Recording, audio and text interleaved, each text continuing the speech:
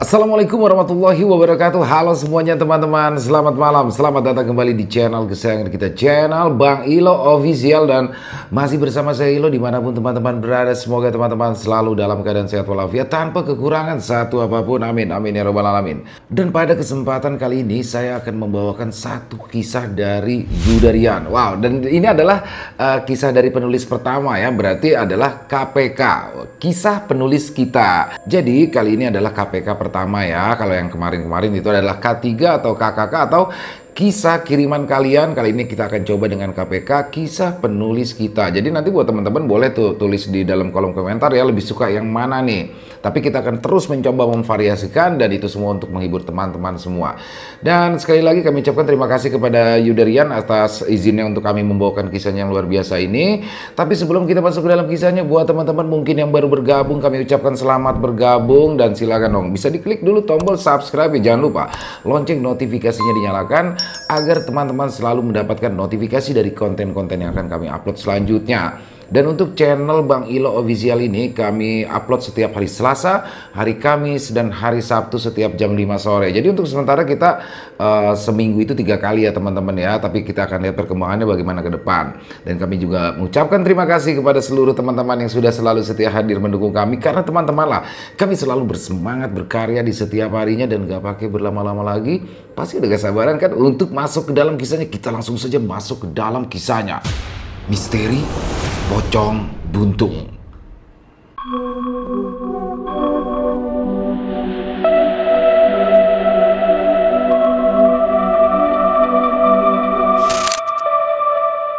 Malam itu, di sebuah desa, sebutlah nama desanya adalah Desa Sukamaju ya. Nah di desa ini kalau malam memang selalu sunyi, sepi, nggak ada keramaian kayak di kota-kota. Ya lumrahlah sebuah desa begitulah ya. Keramaian kalau nggak karena maling, paling-paling karena ada remaja yang ketahuan berbuat mesum. Dan desa itu terletak di kaki bukit. Jadi adem banget suasananya, asri banget pokoknya, ada sawah-sawahnya.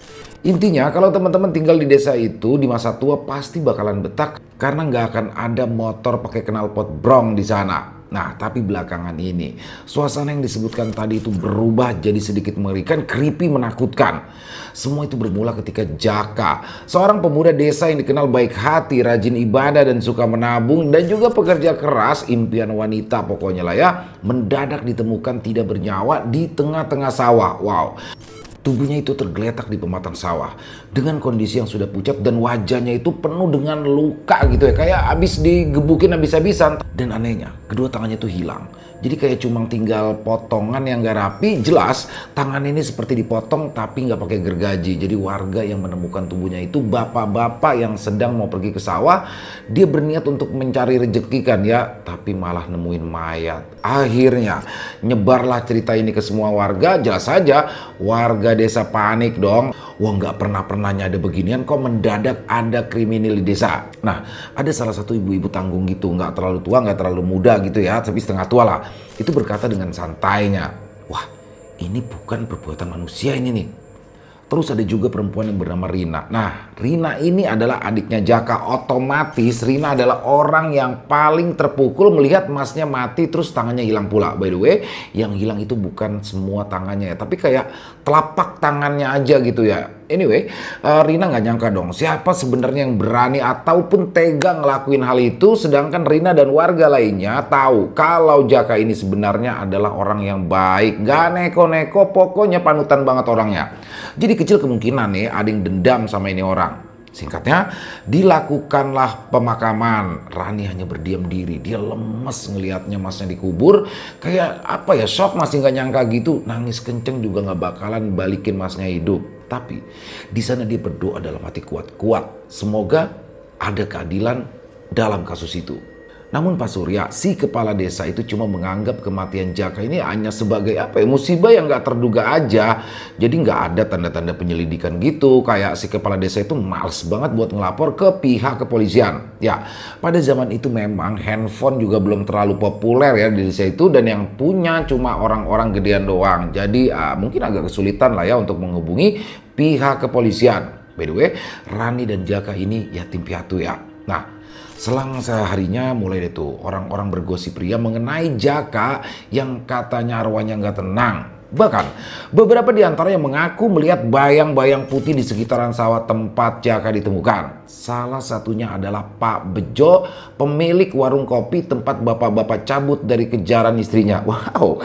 Nah, si Pak Bejo itu bilang kalau dia itu melihat pocong yang berdiri di tengah sawah, diem gak bergerak, cuma diam sambil menatap lurus, menatap tajam ke arah Pak Bejo. Ya, si Pak Bejo ini buru-buru ngusir lah para pelanggannya. Gak peduli dia mau dibayar atau enggak, dia langsung tutup warungnya dan cabut. Nah, cerita tentang si Jaka yang bergentayangan jadi pocong itu pun menyebar dengan sangat cepat, membuat para petani agak ngeri pergi ke sawah malam-malam. Tapi ngapain juga ya pergi ke sawah malam-malam? Ya maksudnya lebih nggak mau pulang ke sawah sampai maghrib gitulah, atau menjelang maghrib lah ya. Jadi para warga pergi ke sawah dan setelah jam 7 terus pulang sebelum jam 4 sore. Karena beberapa di antara mereka tuh pernah melihat sosok Jaka yang berubah menjadi pocong di jam setengah 5 sore. Ya, jam setengah 5. Pocong itu udah nongolin dirinya. Kesaksian dari para warga, pocong itu bentukannya cukup mengerikan. Selain memang bentukan pocong yang udah nyeremin, tapi sosok pocong Jaka ini ada yang beda. Jadi di bagian tangannya itu tuh ya, ada bercak darah merah gitu, kayak darah yang nembus ke kain putih atau kain kafan. Para warga yang udah kalang kabut ngerasa diteror, padahal nggak ngerasa salah pun ya mau nggak mau harus berbuat sesuatu. Konyolnya, mereka semua ini bukannya mencari tahu kenapa sih si Jaka ini gentayangan, malah mereka ini pergi ke dukun untuk nyari jimat biar nggak keganggu lagi. Nanggung banget kan ya, jadi dukunnya untung gede dia. Di sisi lain, Rina yang mendengar gosip yang beredar itu mengenai masnya nggak bisa langsung percaya begitu aja. Di sini dia mulai ngerasa ada sesuatu yang lebih besar nih daripada kejadian mistis itu. Masnya ini kan orang baik ya, tapi sebelum kematiannya itu, si Jaka memang terlihat lebih gelisah daripada biasanya. Hawanya kayak nggak tenang gitu ya. Kayak nggak pasti. Nah pas ditanya Marina, Jaka cerita tuh. Katanya ada seseorang yang mengancamnya, tapi dia nggak pernah mau jujur orangnya siapa. Rina itu cuma punya satu harapan, yaitu mencari tahu kebenaran dari kematian kakaknya itu. Dan satu-satunya orang yang mendukung Rina adalah Budi. Budi itu adalah sahabat dari si Jaka yang selalu siap ngapain aja, siap antar jaga. Jadi Budi ini sering ke rumahnya untuk menenangkan Rina ya, dan menawarkan bantuan dari mulai mengurus sawah sampai menemani Rina ketika merasa takut. Waduh, modus nih laki-laki gitu lah ya, mencari kesempatan dari ketakutan. Nah, pada suatu hari Budi berkata kepada Rina, kalau dia ingin ke sawah malam-malam untuk mencari tahu, atau siapa tahu ia menemukan sesuatu. Dan siapa tahu juga dia bisa bertemu dengan Jaka dan bisa mengobrol antara dua dunia misalnya ya. Tapi di sini Rina ngelarang Budi, alasannya ya khawatir lah ya. Tapi si Budi ini tetap ngotot tuh buat pergi ke sawah malam-malam. Dia bilang kalau dia tuh nggak percaya sama hal-hal seperti itu. Di malam harinya, Budi pun langsung pergi ke sawah. Tapi kembali dengan tangan kosong. Dia nggak nemuin apa-apa, nggak juga ketemu sosok pocongnya Jaka. Meskipun wajahnya terlihat lebih pucat daripada biasanya. Rina di sini merasakan sesuatu yang aneh nih. Tapi ya dia terlalu lelah lah ya buat memikirkannya lebih jauh dan juga nggak mau stres lah intinya. Tapi sejak kedatangan Budi ke sawah malam-malam itu, ada sesuatu yang berbeda. Hawa di rumah juga lain gitu, kayak apa ya, seperti ada yang mengawasi dia setiap kali dia berjalan di sekitaran rumah atau melintasi jalanan dekat sawah. Dia tuh kayak ngerasain tatapan horor tapi nggak ada orangnya. Dan yang bikin dia cukup merinding pas ngerasain itu tuh dia tahu bahwa apapun dia nggak akan berhenti buat nyari tahu tentang kematian Jaka. Hari-hari pun terus berjalan, semua warga melaluinya dengan ketakutan dan juga kepanikan. Pocong Jaka semakin meneror warga yang masih bangun atau keluyuran di malam hari. Pernah satu waktu ada seorang pemuda yang pulang dari main lah ya, terus pas dia lewat dekat persimpangan menuju ke arah sawah, dari situ dia melihat ada sosok putih yang melayang. Tapi nggak cuma melayang, bentukannya itu tuh kayak ngelompat-ngelompat gitu ya, lompatannya juga cukup tinggi. Manusia normal nggak mungkin dong melakukan hal itu karena si pemuda ini nggak terlalu takut dengan begituan. Meskipun sudah diperingatkan warga, dia ini malah maju buat meriksa. Ya siapa tahu ada anak-anak iseng yang naruh bantal guling di atas pohon pakai tali gitu kan ya. Tapi pas dideketin, sosok putih itu justru menerjang si pemuda itu dan berhenti di depan wajah si pemuda itu. Bayangin, gimana takutnya dia pas itu. Sosoknya berbeda dari deskripsi orang-orang yang pernah ketemu pocong Jaka. Pas itu, sosoknya lebih mengerikan. Wajahnya itu rusak, matanya keluar sebelah, tengkorak kepalanya tuh kayak hampir kelihatan. Dan ada kulit yang menggelambir mau lepas gitu. Kain kafannya juga bukan putih kotor, tapi lebih banyak bercak darahnya. Si pemuda itu pun akhirnya gak sadarkan diri, dan pas ditanya dia jadi linglung. Setelah kejadian itu dia stres, gak mau keluar rumah. Oke, kita balik lagi ke Rina. Pagi hari itu Rina memutuskan untuk pergi ke sawah. Meski ngerasa takut, tapi dia merasa harus mencari petunjuk nih, apapun caranya itu. Tapi dia nggak kedukun loh ya. Catat, sampailah si Rina itu di sawah, tempat di mana Jaka ditemukan. Rina di sana diam sejenak sambil menoleh ke kanan dan ke kiri. Ya emang benar, pas diperhatikan dengan seksama, memang nggak ada yang aneh di sana. Semua terlihat normal, cuma ya apa ya, kayak hawanya aja lebih horor gitu dah. Dan itu diperkuat dengan bau anyir darah yang menyebar ketika ada angin yang bertiup. Tapi pas Rina sedang melamun dan mikir, tiba-tiba dia dikejutkan dengan munculnya sosok Budi. Ya, Budi nyamperin Rina. Dia tuh kayak baru mau ke sawahnya lah ya, bawa cangkul dan satu set rantang berisi makanan. Wajah Budi di sini seperti biasa. Wah, senyumannya ramah banget. Ya Rina jawab cuma mau lihat-lihat aja di situ. Tapi Budi jelas tahu dong maksud kedatangan Rina ke sawah itu apa. Budi pun akhirnya menaruh cangkul dan juga rantangnya di tepian sawah. Budi di sana kayak ngasih perhatian ya sama si Rina nih. Dia bilang, kalau terus-terusan begitu nanti kamu bisa sakit. Ya itu kan takdir. Begitulah kata si Budi. Rina yang mendengar kata takdir mendadak kesel gitu ya. Dia pun jawab gini, kalau memang takdir, kenapa rasanya dia nggak wajar? Kenapa tangan Mas Jaka yang harus hilang? Kenapa dia harus mati dengan keadaan kayak gitu? Terus di mana sekarang tangannya coba? Nah Budi yang mendengar Rina berkata seperti itu otomatis diem dong. Nggak berani jawab apa-apa lagi. Dia cuma nunduk terus nyebat lah ya. Sampai dia berani ngomong tuh kalau dia bakalan bantu untuk mencari tahu di balik semua itu. Mendengar Budi bilang seperti itu, Rina pun kayak merasa tenang, anteng gitu. Ini kayak namanya cinta. Waduh. Rina akhirnya balik lagi ke rumahnya, membawa lebih banyak pertanyaan daripada jawaban. Malam hari pun tiba, tapi mendadak ada suara ketukan pintu. Tok tok tok, tok tok tok.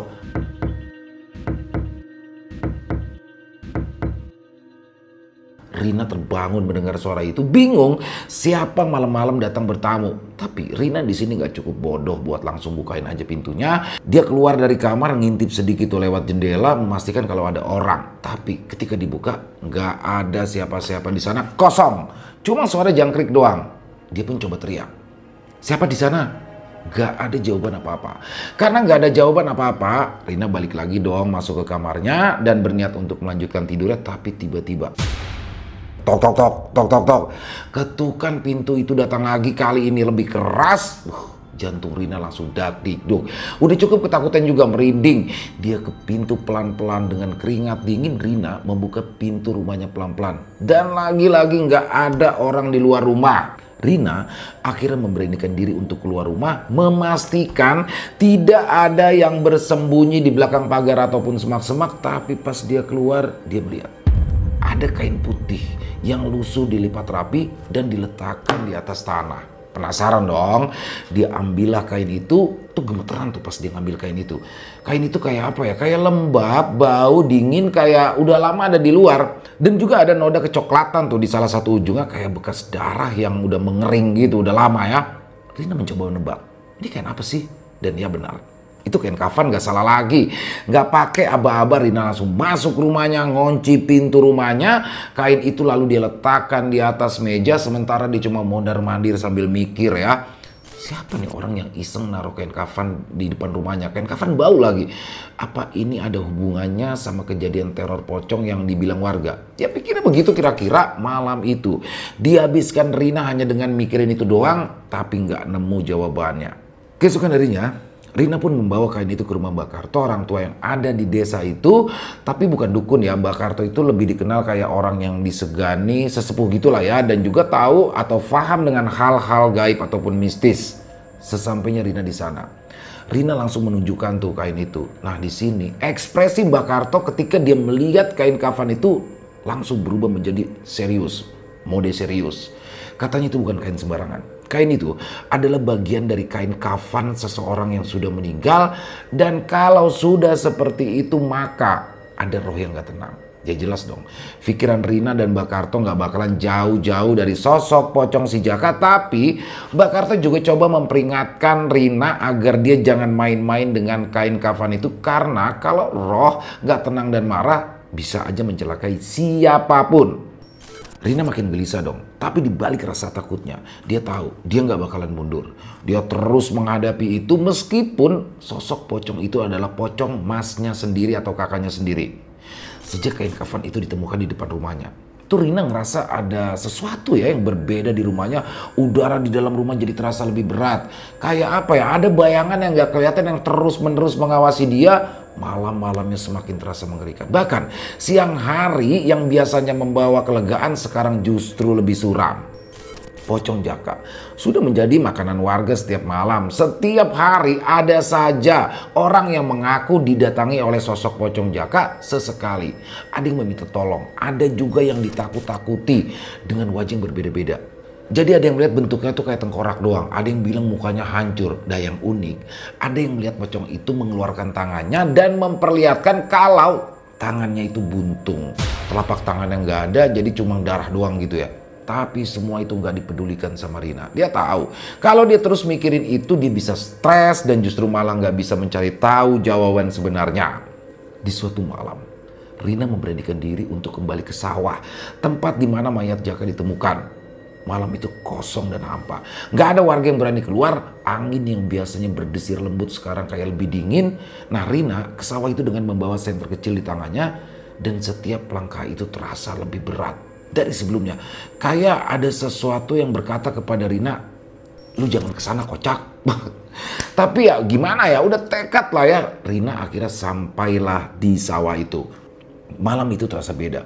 Rina justru melihat ada sesuatu yang gak dia lihat sebelumnya. Ketika siang ada lubang kecil di tanah. Jadi kayak apa ya? Kayak ada sesuatu yang dikubur di sana, bekas sesuatu ya. Jadi nggak pakai babi bu, Rina langsung menggali pakai tangannya sendiri dibantu dengan kayu yang kelihatan di matanya. Setelah cukup lama dia menggali, akhirnya dia menemukan sesuatu ya. Sebuah kantong kain yang sudah kotor dan lembab plus bau. Gemeteran tangan Rina ketika buka kantong itu. Dan ketika dia melihat di dalamnya ada sebuah tangan. Wah, jadi baunya tuh udah naudzubillah ya. Lebih-lebih dari bau bangkai anjing. Rina jelas kepikiran sama masnya yang kehilangan tangan dong ya. Tapi dia mikir, siapa sih orang yang udah nguburin tangan si Jaka? Kenapa nggak dibuang aja gitu? Kenapa sih harus dikubur di situ? Dia langsung aja pergi dari tempat itu sambil membawa kantung kain yang berisikan tangan yang sudah busuk. Tapi pas dia mau pergi, tiba-tiba ada sesuatu yang menyentuh punggungnya. Rina sekejap langsung nge-freeze, membeku. Nggak berani ngeliat ke arah belakang dong. Badannya udah gemeteran gak karuan, jantungnya berdebar lebih-lebih daripada genderang perang. Pelan-pelan dia memutar kepalanya nih. Pelan-pelan tuh ya. Dan di bawah cahaya bulan, sosok itu berdiri. Sosok pocong itu berdiri hanya beberapa meter dari Rina. Tubuhnya terbungkus kain kafan yang kotor, penuh noda tanah. Namun yang paling mengerikan adalah di bagian tangannya seperti kayak kurang tonjolan gitu. Terus timbul warna merah yang di bagian tangannya itu, yang diindikasikan itu adalah darah. Rina hanya bisa mematung. Kakinya lemas, sudah nggak bisa ngapa-ngapain. Tapi kalau terus-terusan beradu tatap juga bakalan lebih mengerikan dong. Jadi akhirnya dia maksa buat gerak mundur. Nah tuh pocongnya tetap diem aja tuh. Nggak gerak, diem aja sambil ngeliatin si Rina yang ketakutan setengah mampus. Napas Rina udah mulai gerak dan cukup menjauh dari pocong itu. Tiba-tiba pocong itu memiringkan kepalanya. Kayak apa ya? Kayak tulang lehernya patah gitu. Dalam sekejap, hal yang gak pernah Rina duga mendadak terjadi. Pocong itu tiba-tiba melompat ke arah Rina. Lompatannya itu cepat kayak bayangan yang bergerak tanpa jeda. Rina jelas menjerit. Langsung lari meninggalkan semuanya di tempat itu. Kakinya kesandung-sandung tapi bodo amat. Yang ada di pikirannya sekarang adalah gimana caranya bisa cepat sampai ke rumah. Dan yang masih teringat jelas ya wajah pocong itu plus sama kepalanya yang miring.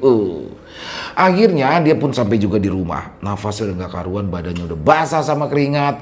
Kayak orang lari sprint dari Jogja ke Jakarta. Jauh banget ya. Jantungnya juga gak kalah ngebut. Dia kunci pintu. Dia duduk di lantai nyoba buat menenangin dirinya. Tapi nasib buruk yang menimpanya, pocong itu masih tetap ada. Tapi bukan ada di hadapannya ya, melainkan di kepalanya. Jelas malam itu Rina nggak mungkin bisa tidur. Dia menghabiskan malam itu dengan mencoba berpikir dan juga ketakutan. Setiap ada benda yang berkaitan dengan bau-bau pocong, bantal guling dia buang keluar. Pokoknya yang hampir menyerupai sosok pocong dia buang. Tapi dari semua ketakutan itu, dia punya petunjuk baru, yaitu tangan yang terkubur. Meski tidak ada di tangannya, tapi dia tahu harus nyari kemana. Keesokan harinya, tangan itu ditemukan oleh salah satu warga yang berangkat ke sawah dan sengaja disimpan terlebih dulu oleh Mbak Karto biar dicari tahu gitulah ya siapa pemiliknya. Memang semua orang mengira jika itu adalah tangan milik Jaka, tapi belum ada bukti yang pasti. Daripada nanti udah ngebongkar kuburan dan salah tangan malah lebih sulit kan ya. Dan di suatu malam, Rina bener-bener udah gak bisa lagi nahan dirinya. Dia memang gak pernah lagi masuk ke kamar Jaka semenjak Jaka meninggal. Tapi di malam itu, akhirnya dia memberanikan diri untuk masuk ke dalam kamarnya. Siapa tahu dia bisa menemukan sesuatu di kamar itu. Di kamar itu, barang-barang milik Jaka masih tertata rapi di dalamnya. Kayak memori-memori yang pernah terjadi itu masuk lagi ke kamar itu. Semua kenangan barang emasnya itu muncul. Tambah sedih lagi deh Rina. Air matanya pelan-pelan mengalir dengan sendirinya. Dan di tengah pencarian juga kesedihan itu, akhirnya Rina menemukan sebuah kotak kecil yang tergeletak di atas meja tulis Jaka. Kotak itu terbuat dari kayu yang sudah lapuk, tapi masih tetap kokoh lah ya. Tangan Rina gemetar ketika ia mau membuka kotaknya itu, dan yang ditemukan di dalamnya cuma sebuah buku kecil yang udah lama gitu lah ya. Rina mencoba membuka halaman demi halaman, berharap dia nemuin petunjuk. Kata-kata Jaka yang dia kenal muncul di sana. Mencatat kejadian-kejadian kecil tentang hidupnya, ya seperti diary gitulah ya. Tapi semakin dalam dibaca, kok ada yang aneh gitu ya. Hingga akhirnya di halaman terakhir, dia menemukan sesuatu yang mengejutkan. Surat rahasia dan tulisan itu hampir pudar, tapi Rina bisa membaca setiap kata yang tertera. Begini tulisannya, Budi.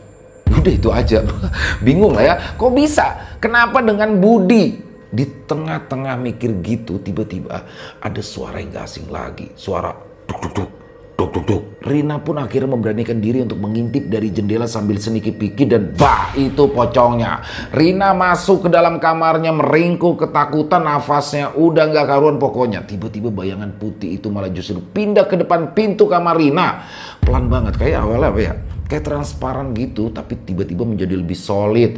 Rina bisa melihat dengan jelas gimana Jaka dalam bentuk pocong. Dan kali itu Jaka ini nggak terlihat menakutkan ya. Jadi wajahnya seperti wajah kakaknya sebelumnya. Dia menangis. Suaranya ngeri banget pokoknya.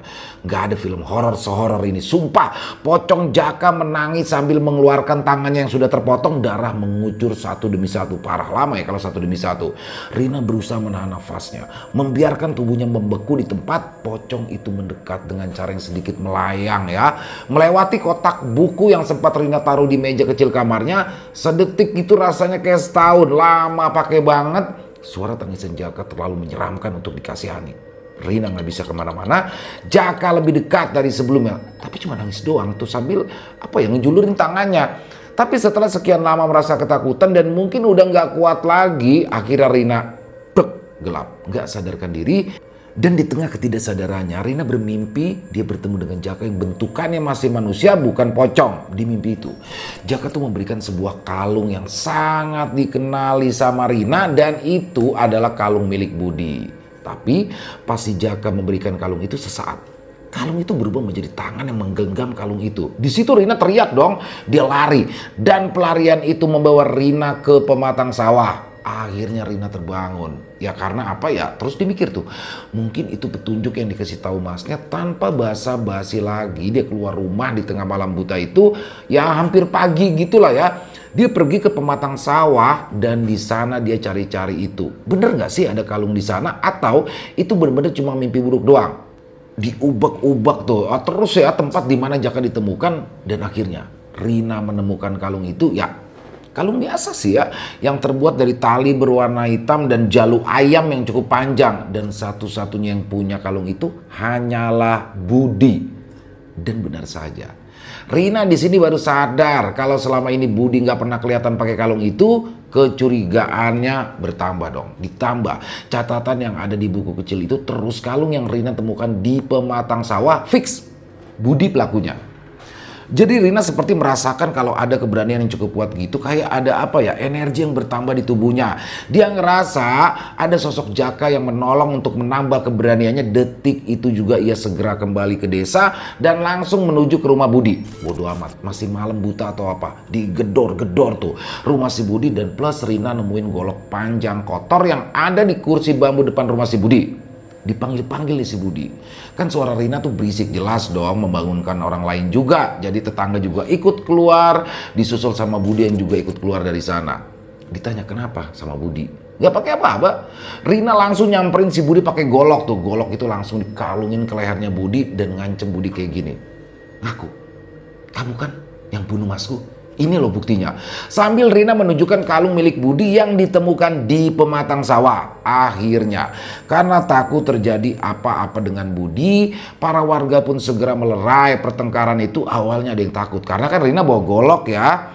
Tapi daripada kepalanya Budi yang ditebas sama Rina, warga akhirnya membantu menenangkan Rina. Dan ketika sudah tenang, akhirnya Mbak Karto pun datang dengan membawa bungkusan yang berisikan tangan buntung itu.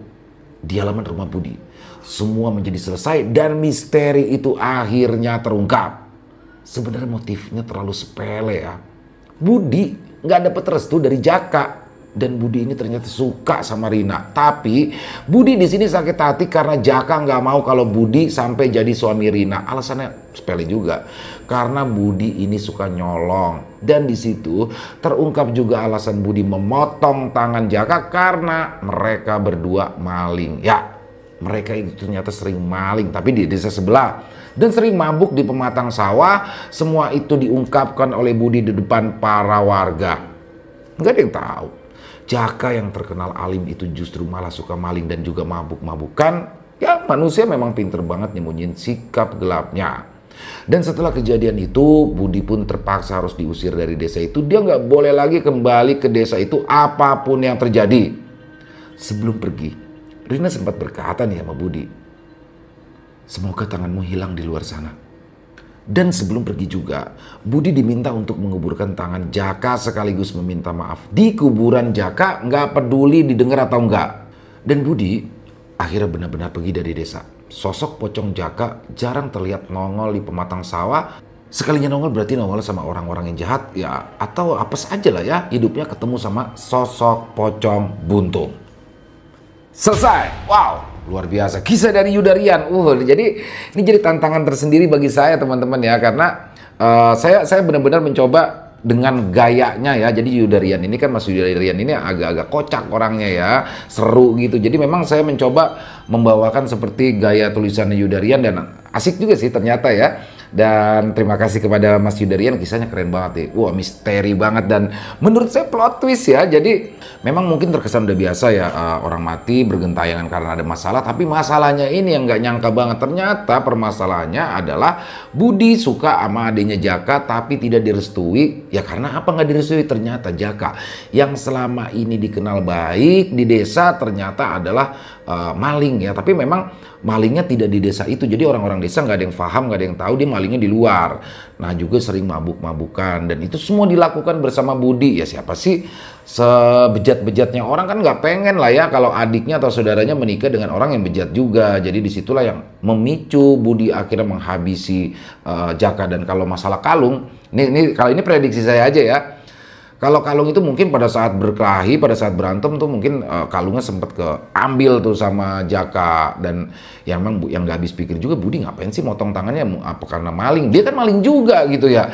Dan ancamannya Rina tuh ngeri banget, semoga tanganmu hilang di luar sana. Wow, overall kisahnya keren banget. Dan mari kita ambil hikmah baiknya saja dalam kisah barusan dan kita buang yang buruk-buruknya. Sekali lagi terima kasih Mas Yudarian atas kisah yang luar biasanya. Dan semoga kisah barusan bisa menghibur teman-teman semua para pecinta penikmat horor misteri, lebih khususnya lagi kepada para subscriber dari channel Bang Ilo Official. Dan buat teman-teman yang mungkin punya komentar lain, punya pendapat lain, bisa menuliskan di dalam kolom komentar ataupun hanya sekedar saling menyapa, silakan. Insya Allah kami akan menjawabnya satu persatu.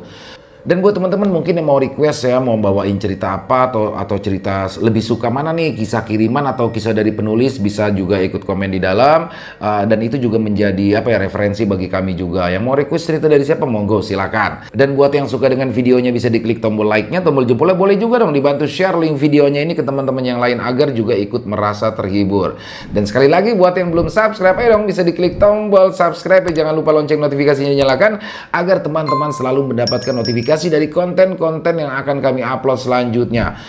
Dan sekali lagi untuk channel Bang Ilo Official ini kami upload setiap hari Selasa, hari Kamis, dan hari Sabtu di jam 5 sore. Jadi tungguin aja teman-teman ya.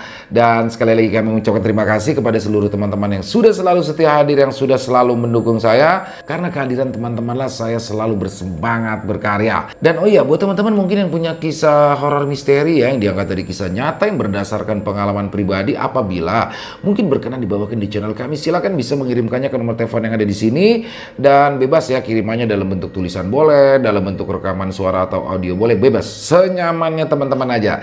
Dan buat teman-teman yang sudah mengirimkan kisah, kami ucapkan terima kasih. Di akhir kata saya Ilo mengucapkan permohonan maaf apabila mungkin dalam pembawaan kisahnya ada kata-kata saya yang salah ataupun ada kata-kata saya mungkin yang kurang berkenan. Saya mohon dibukakan pintu maaf yang seluas-luasnya, dan sampai berjumpa lagi di konten-konten kami selanjutnya yang pasti bikin kamu merinding. Masih bersama saya Ilo di channel Bang Ilo Official. Salam sehat, sukses, bahagia selalu untuk kita semua. Wassalamualaikum warahmatullahi wabarakatuh.